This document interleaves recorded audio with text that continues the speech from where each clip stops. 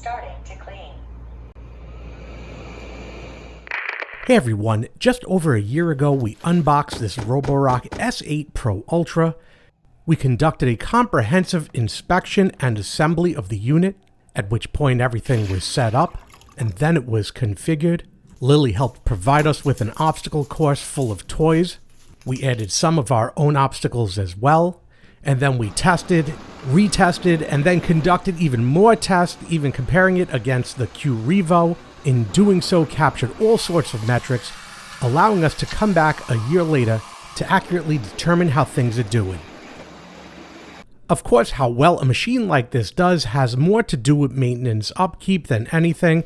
You really have to be on top of it, especially with the S8, given all the nastiness that collects through the system. Hair that causes resistance could have an extra strain on the battery, as well as dust too. Now my house, which was the test area, has changed a lot since the initial recording. Room configurations as well as an expanded amount of rooms that are cleaned has changed, which brings our cleaning area from about 57 square meters in about 65 minutes to about 88 square meters in 116 minutes. I remapped an entire run after doing a complete maintenance cycle, and I already know I have one major issue.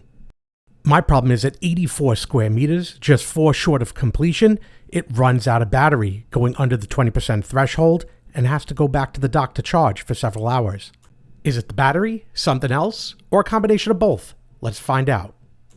Taking the data over the course of the first 55 square meters of the run when it was brand new versus today, we could see that the old battery is consistently lower and drops quicker, 11% lower by the time it hits 55 square meters. Looking at the slope on the delta tells us it could easily be over 20% difference by the time it hits 100 square meters. As expected, after so many cycles and an entire year of constant service, this battery is just getting tired. No problem, I'll make my way over to Roborock and purchase another battery. Since it's a battery-operated product, I don't see a battery here. You would think they would sell a battery for a battery-operated product, but they do not. Luckily, everybody else seems to sell a Roborock battery. As a matter of fact, I'll show here this one I just purchased for this video, and I'll point out that the battery is regularly a 5200 milliamp hour. As we can see here, it's the standard size, and mine is a 6500 lithium ion. We'll get into that in a bit. As I continue to scroll down past Dyson, who in fairness actually sell their own batteries, we see one here for 6700 milliamp hours. Is this just marketing crap or is it for real? We're going to test and find out. But the battery is not the only culprit here, and excuse me for zooming in on the map this far so we could see it, but if we look what happens, there's some degradation that forms. My kitchen counter has turned into part of my kitchen and somehow dripped into the dining room here, where it wraps around inefficiently to get that little piece. These problems you see with the map creating magical rooms that don't exist increase over time and add a couple minutes here, a couple minutes there, a couple percent off the battery here and there, and before you know it, there's a lot of waste injected into your daily cleaning. Roborock should not be changing room configurations unless it's a mapping run. So before I change a battery, what I'm going to do is I'm going to go into Manage Maps, and I'm going to delete this map, hitting Edit, and then Delete. Hit OK. And now that map is gone, and I'm going to create a new map immediately. Quick mapping, no vacuuming. We're just going to get this right underway, which I've sped up very quickly, and build a whole new map of the house from scratch. The goal is to find out what efficiencies are gained with the new map. The room detection was crap, so I'm going to have to create the rooms like they were before. That means going back to Edit Map, and then Edit Room, and now I'm going to go and divide the rooms up. I went over these processes in my unboxing video. The dividing is done, but all of these phantom rooms that I found, there's still no option to delete them after all this time. That's my swimming pool over there. So I have to use no-go zones to enforce these walls for these phantom rooms, as well as ones at doors and whatnot that I don't want it to go out into the street while it's running if I leave a door open. But yeah, rebuilding a map is not trivial. It takes work. Then I had to set the tile direction and everything. But now we're done. I back it up, and that should be it. With the battery fully charged, we're going to run a cleaning now and compare it against the last cleaning on the old map. As it runs through, the numbers look different because obviously the robot's taken a different direction. What we're really looking for is the entire length of the event, or at least obviously until it hits 20% and the low battery forces it home, which in this case it does on both occasions. And we could see due to the remapping, we got 2 square meters done 1 minute faster on the new map versus the old map. So there is a gain, but it was negligible. It's worth noting with the remap, after the recharge, it took less than 1 minute and less than 1 square meter to complete the job. So we're going to replace the battery now, and I've got the robot cleaned as I normally would for a general maintenance.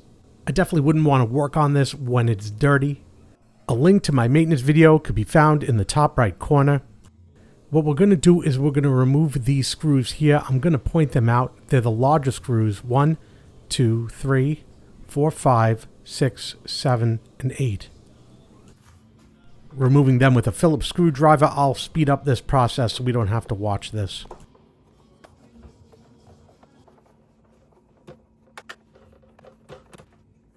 This one had a sticker over the screw, most likely a warranty sticker. If you want to remember where all the screws go, just put it through cardboard. I then lift off this bottom cover. It should come off without any issues, but it is thin, so it should be taken off very carefully. And as we look under it, it looks better than I thought. Dust only really collected in one area where the spinny brush is. Everything else looks pretty good. I'll spin it around on those towels I always put under it to stop it from scratching on the countertop. We can see a lot of hairs collected around this front wheel. We'll address this. Here's our battery, surprisingly easy to access. And we're going to go around here and get all the dust and hair that's collected. So now I'll gently lift the battery up out of this slot. I'll get a firm grip on it and pull it off to the side. Pressing this little button at the end of the connector will allow the connector to disconnect from the vacuum cleaner. No problem at all. We'll keep this old battery close by for sizing the new one. But first we're going to attempt to vacuum up all this hair, and again, not nearly as bad as I thought it was, just a lot of it collecting at that front wheel, probably causing some resistance. I'll switch over to a thinner vacuum head so I could get in deeper into the vacuum cleaner and just get some more dirt out of it. I just see one area here where dirt and dust is caked up, so I have a paper towel with some cleaner on it, and I'm just cleaning off that caked up dirt in the corner. The other side of the lift system doesn't accumulate any dirt. I still see some debris under this wheel, so I'll align the hole to the screw, and loosening the first screw, I'll remove it. It fell in. That's fine. And then I'll spin it 180 degrees to reveal the second screw, and I'll remove that one. And when that one's loose, I can lift up the whole wheel unit. And we see, yeah, there is some debris under there. And my screw. So I'll grab the screw and vacuum it out. I've put the screws back through the wheel unit, and I'll place it back down. This would be a little easier with a magnetic screwdriver, but it doesn't really matter. It's not that hard to install. But if I am doing both screws at once, I just want to turn it a couple times so it clears the wheel, so I can spin it around and get to the other screw, because that one will be too high if I screw the first screw all the way in. Now already they're both low enough, I could screw this one all the way into full seat, come back to that first one, screw it into full seat, and then snug it down very gently because we're going into plastic. Come back to the second one and snug that down as well. Reinstalled and free spinning. I'll do one last once over with the vacuum before I reinstall the battery, get some of these stragglers out of here. We're now ready for installation, and here's the battery as it arrived, so we'll unpack it, and here's the box. It says S50, and it looks like my other battery, though this one is 6500 milliamp hours. Measuring against the old, the width is the same, the height is the same, and the length is the same, and the connectors are also the same with the wiring, so it is safe to install. It's keyed to fit one way, and that tab points inward like the other one, so I'll push it down until it snaps. Not a ton of room to work, but it's not too difficult. Then I'll lay the battery down into position. There's a tab on the left that sets a key for the placement, and then I'll tuck the wires back down inside like the other battery had it. I'll take the opportunity to wash this bottom piece to remove all that dust and debris that collected over here. A quick rinse in the sink was all that was required. I'll shake it off and set it to dry and will not reinstall it until it's completely dry. Just happened to notice the old battery is 4,900 milliamp hours, and I'm like, wait a minute, I have to go check this website, because if I scroll down on their website, I'm pretty sure they advertise this as having a 5,200 milliamp hour battery, and sure enough, it is on the website. Did they upgrade this somehow later? So I checked my original manual, and sure enough, 5,200 milliamp hours, and they were putting a substandard battery in the vacuum cleaner and false advertising. That's unsat. Now, the only people I trust less than Roborock to be honest about a battery is going to be the reseller. So what I want to do is take this 4,900 milliamp hour battery, and I'm going to weigh it. And we're looking at 428 grams. Let's keep that in mind. I'll weigh our replacement battery now, the 6,500 milliamp hour battery, which is also lithium ion, same technology. And as I place it down, we come to see that is 435 grams.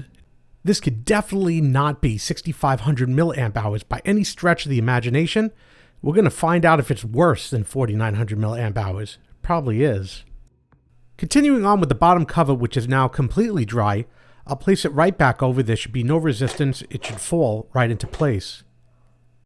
With my handy cardboard where I stored all my screws, I will then install them one by one, but only loose fitting. That way everything will fit nicely. Once all the screws are in, I'll then torque them down just gently snug, because we're going into plastic, not going to do anything crazy. And the cover's back on. After this is just maintenance reassembly procedure, followed by the cleaning of all the sensors. I'll test everything out for free movement. Everything seems to be looking good. Check the wheels too. And I don't feel any binding, so it looks like we're done. Flipping it back over to make sure it powers on with the new battery. And it does. It came 88% charged, which is good. I'm going to shut it off until I go through the base station, and then I'll leave it to charge fully. While problems with the phantom rooms or the substandard battery annoy me, problems with the dock is a showstopper. And everything here seemingly operates fine. There's no major issue with the components. But as I remove the bottom ramp to give us a look, we're going to see that there is a design issue that could easily be overcome in software, and that's the port where all the dirt and crap goes through. A narrow passage with a 90-degree bend, but more on this later. Maintenance on this area is very important. This has only got about 5 or 6 runs on it since the last clean, but you can see dirt can build up really quick. It does wash a dirty mop. And there's the port where all of the dirt goes, and the top port is for the heater channel. We don't use the heater because it just leaves a hot, moldy pad on the robot. Instead, my wife swaps them out every day. We're going to remove all 3 of these top pieces now so we can have a look inside after a year, as well as the bag. It's only half full. And debris does end up right over here from bag swaps and constant declogging. So I get my vacuum out and clean up everything. The left side handles the dirty water. It still looks pretty good in there, no complaints. If I had to get in there, I would from the back, but nothing's broken. Right is clean water, and then we're left with this area of the bag, and let's talk about this. Because as I push down the spring-loaded cover, which is deflected by the bag, we can see that the port here is also equally small and on a sharp angle. With enough dog hair accumulating in the house, this port will get stuck and will throw an alarm, and I have to manually clean everything out. If we look in settings under the dock settings, they have a place to set the mop washing frequency, as well as when it does actually auto-empty at the end of a session, how long the vacuum is going to pull the crap out of the robot. Now here's the thing. If your cleaning area is really big and there's a lot of dog hair, eventually the bin in the robot gets stuffed up and it throws an alarm. And I get it, Roomba's got a copyright on the full bin detection, but why don't they put a button that makes it empty every time it washes the mop? It's not rocket science. This one problem is so annoying for me that until it's resolved, I will not be buying another Roborock. Now, some will defend it and say to use schedules so it'll do a couple rooms and then end and then empty the bin. And that's what I've been doing, except I have to lose my schedule, which I did, every time I rebuild the map because of the phantom rooms. So it's not really a fix. They should make the option to empty the bin with the mop clean. Having a look in our clean bin, and we could see we got that silver ion module that I've installed. I don't know if it makes any difference, but it didn't hurt We also wash it out regularly. Just don't keep filling it with water and cleaning solution. Once in a while, you got to actually wash it. This is actually ready for a comprehensive cleaning. Ironically, my dirty bin never really looks dirty. I just emptied it, and that's it. The reason is I empty it outside because, of course, it doesn't smell very good. But when I do, I blast the inside with a garden hose. I actually hold it when I do, but I have to hold the camera. You get the point, and it cleans it right up. Obviously, this time I didn't stick it in and clean the top portion, but you get the idea. Having gone through the dock, I'm now going to assemble all the components, sliding our bag into position, and then the dirty water bin, the clean water that I've refreshed, finally the bag cover. The bottom ramp I'm going to take over to the sink so I could give it a wash, clean out that port, remove any mold from the pad, and set it to dry. A day later, all my components have dried like this filter, easily washed and rarely replaced, which I'll reinstall. The mop cleaning section was re-cleaned for our final test. I'll put the ramp back on now, which is also clean like new. Snap it into position. Finally adding the robot so it can fully charge. We'll come back tomorrow and test it. So I repeated the exact test I did on the previous day with the newly created map all cleaned out so I could capture the results. And what I found was with our 6500 milliamp hour battery, we did 86 square meters with 25% remaining. Not very good when you consider our old 4900 milliamp hour battery after a year of use was down to 19% after 86 square meters. That's only 6% difference. To further illustrate how bad the new battery is, our original run last year was 57 square meters, down to 59%. And our battery at 57 square meters is down to 56%. That means our brand new 6500 milliamp hour battery had lower performance than the brand new 4900 milliamp hour battery. Because this is probably a 4900 milliamp hour battery that failed quality control, bought by a company for pennies on the dollar in wholesale, and they just rebadge it as a 6500 milliamp hour battery and sell it, and Amazon allows these scams to happen. So after 1 year of use, I could honestly say that this S8 Pro Ultra functions like the day it was new as long as proper maintenance is conducted on it. The battery does get weak over time, though I was surprised that they did put a lower battery than they had specified in my machine. Furthermore, they do not make a replacement battery available on their website, forcing you to go to shady suppliers that have crappy batteries that they're selling for way too much money. The dustbin collection is bottlenecked, and that is exacerbated by the fact that they do not have an option to empty the dustbin whenever you wash the mop. Just like a simple software fix for the dustbin, they still haven't fixed the ghost room issue and probably won't because they're only concerned about selling the next model. And it's too bad because these are easy issues to fix, but I will not purchase another Roborock until these issues are resolved. And that concludes this 1 year review of this Roborock S8 Pro Ultra. I hope you found this video enjoyable, entertaining, and informative. Do me a favor, hit that like button down below, helps me out a lot when you do, and hit that subscribe button to be notified about more videos like this when they come out. Again, I hope you enjoyed this video. Thanks for watching. Thanks for watching. Would you like to reply?